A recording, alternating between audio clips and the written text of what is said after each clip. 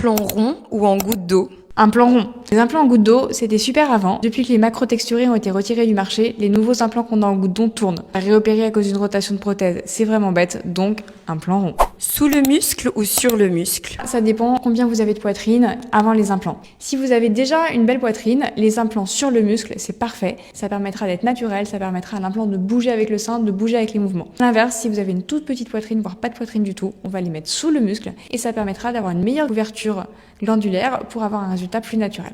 Prothèse en gel de silicone ou sérum physiologique? Sérum physiologique, c'est bien. Le problème, c'est qu'elles ont été retirées du marché en France et donc en gros, on n'en a plus. Le gel de silicone, moi, de toute façon, ça avait ma préférence.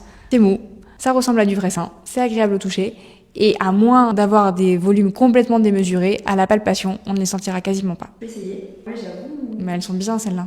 Ouais. Cicatrice autour de l'aréole, sous le sein ou dans l'aisselle?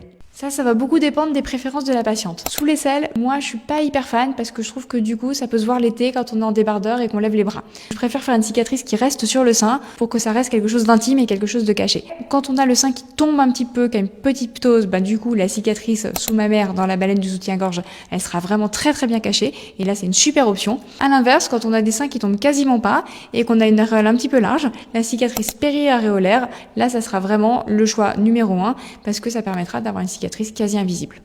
Profil modéré ou haut? Deux types de profils différents.